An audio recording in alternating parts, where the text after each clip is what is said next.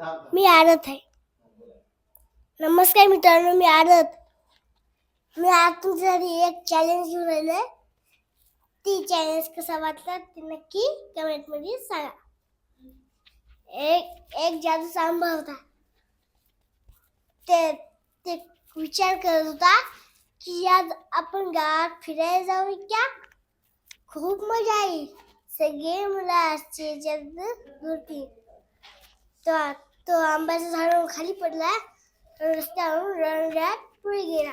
रस्त्यात त्याला एक ससा भेटला. मग ते ससा म्हणाला, अरे अरे आंब्या, मला सुद्धा खायचंय. तू मला नाही खाऊ शकत. मी तर जादूचा आंबा आहे. मी पुढे पुढे पडणार.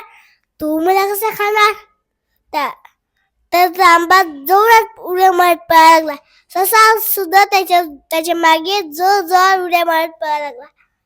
पळता पळता ससा थकून गेला आणि परत परत आपल्या वेळात निघून गेला.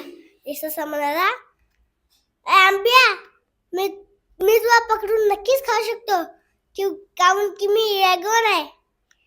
तसा तो आंबा तिथेच गेला निघून. अजून त्या आंबा चलत पुढे गेला. त्या आंब्याला लहान मुलांना बघितलं. त्या लहान मुलगा म्हणला, अरे आंब्या, मला तुला खायचंय. तू मला नाही खाऊ शकत. मी तर जादूचा आंबा आहे. मी पुढे पुढे पळणार. तू मला कसा खाणार.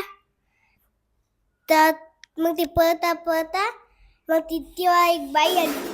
म्हणाली, भैया, किती रस्ता आंबा आहे. मला हा आंबा खावासा वाटतंय.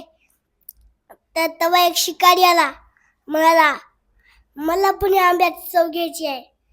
असं म्हणून म्हणता म्हणता, तू मला नाही खाऊ शकत. मी तर जादूचा आंबा आहे. मी पुढे पुढे पडणार. तू मला कसा खाणार.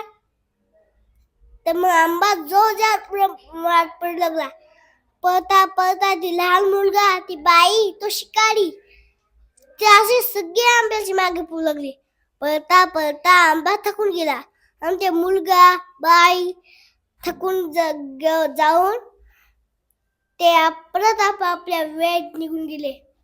तर तसं तर त्या आंबा म्हणाला, मी या गवतात लपून बसतो, म्हणजे मला कोणी शोधू शकणार नाही. तसं तिथं बसून तिथेच झोपून गेला आणि त्याला किरी लागली. सुकून चढून गेला. आपल्या जादू शिकण्याच्या गर्वामुळे तिथून नष्ट झाला. आंब्याची गोष्ट खतम.